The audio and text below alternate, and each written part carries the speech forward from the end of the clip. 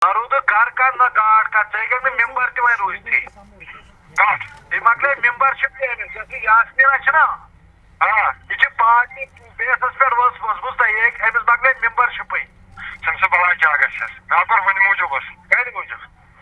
Had him with the word me bonan. Good. Never bonus. Get word, man. Ma'am, did no word bonan. Came Altabo. फ़िलहाल शुरुआत उन्होंने शुपियाँ ज़िले से की है। मेरे दो साथी सीनियर वच्ची के हमारे एक्स MLC शौकत गनाई साहब और शुपियाँ के हमारे सेगमेंट इंचार्ज शबीर अहमद कुल्ले साहब बार वो वहाँ के बार के प्रेसिडेंट भी हैं, लेकिन उनका सबसे अहम रोल जो है वो नेशनल कॉन्फ्रेंस के वहाँ पे सीनियर लीडर के हैसियत से है। नतीजों के बाद दोनों को वहाँ से उठाया गया, दोनों को कहते हैं प्रिवेंटिव डिटेंशन में लिया गया। अब वो क्या प्रिवेंट कर रहे हैं समझ में नहीं आता, क्योंकि सिवाय डेमोक्रेसी के और किसी चीज़ को प्रिवेंट नहीं किया जा रहा है वहाँ पे। शबीर कुल्ले साहब वो हैं जिनको 5 अगस्त के बाद भी प्रिवेंटिव डिटेंशन में बंद नहीं किया गया। अगर तब उनको बंद करना ज़रूरी नहीं था तो आज नतीजों के बाद उनको बंद क्यों किया गया वो अब हमें मालूम चल रहा है, क्योंकि वहाँ पे एक एक करके जो जीते हुए लोग हैं उनको श्रीनगर लाके अपनी पार्टी जो है उसमें ज्वाइन किया जा रहा है। इसमें इंडिपेंडेंट्स भी हैं, इसमें कांग्रेस के भी हैं, PDP के भी हैं, और बदकिस्मती से कल हमने देखा कि नेशनल कॉन्फ्रेंस के मैंडेट पे, नेशनल कॉन्फ्रेंस के सिंबल पे जो एक लेडी वहाँ जीत के आई, मुमताज़ यास्मीना सॉरी, उनको भी कल ज़बरदस्ती अपनी पार्टी में शामिल किया गया। और मैं सोच समझ के ये अल्फाज ज़बरदस्ती इस्तेमाल कर रहा हूँ क्योंकि मेरे एक साथी यहाँ बैठे हैं जिन्होंने टेलीफोन की रिकॉर्डिंग की है, जिसके बाद सारा बिल्कुल क्लियर ये पता चल जाता है कि यहाँ पे एडमिनिस्ट्रेशन और एडमिनिस्ट्रेशन के कुछ लोग हुकूमत और पुलिस का इस्तेमाल कर रहे हैं, गिरफ्तारियाँ कर रहे हैं, पकड़ रहे हैं, और छोड़ने की कीमत उन लोग जिनको पकड़ा जा रहा है, छोड़ने की कीमत ये है कि आप आइए अपनी पार्टी ज्वाइन करिए और उसके बाद इन लोगों को छोड़ा जाएगा 3 दिन के बाद। एक सेकंड, वो है माइक यहाँ पे हमने लाया था।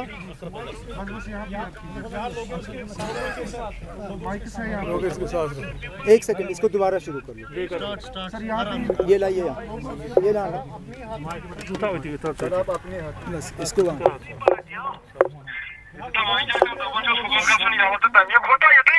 Narodu Garkan na Garka, Tegan member to my Rusti.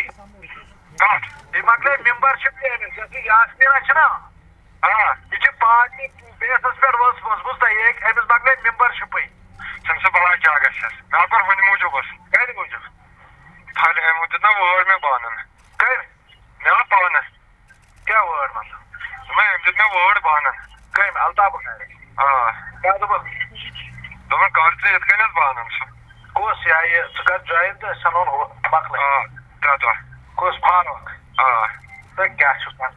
Hodorosulas, but the Trado. Trado total. Maybe yes, but Garu. Well, I was the me one with Jackaru. देख, ये जो जिसकी आवाज़ आप सुन रहे हैं, एक यहाँ खड़े हैं और एक उस औरत का के खावंद हैं। खावंद के भाई को पकड़ के लिया गया है और खावंद को कहा जा रहा है कि आप अपनी बीवी को अपनी पार्टी में ज्वाइन करा दो, 3 दिन के अंदर अंदर हम आपके भाई को छोड़ देंगे। वो गई, अपनी पार्टी ने उसको हार पहना दिया और जमहूरियत का एक बार फिर यहाँ पे कत्ल का सिलसिला जो है उसको कर दिया। हालांकि हम समझ नहीं पाते, अगर पार्लियामेंट में एंटी डिफेक्शन है, अगर के असेंबली में एंटी डिफेक्शन है, तो पंचायतों में भी है, तो फिर एंटी डिफेक्शन का कानून यहाँ पे भी लगना चाहिए। ये फौरी तौर डिस्क्वालीफाई हो जाए, नए सिरे से इलेक्शन कराएं, हम भी देखते हैं कौन कहाँ खड़ा है। लेकिन अब ये जमहूरियत नहीं है, लोगों ने अपना फैसला सुना दिया है, अब कबूल करिए। जमहूरियत का मतलब है कि हार जीत हम कबूल करें, अगर कि हमें हम मान के चलें कि ये लोगों का फैसला है। अगर हम हार गए होते हम कबूल करते कि हम हार गए, लेकिन ज़्यादातर सीटें पीपल्स अलायंस को लोगों ने दी हैं।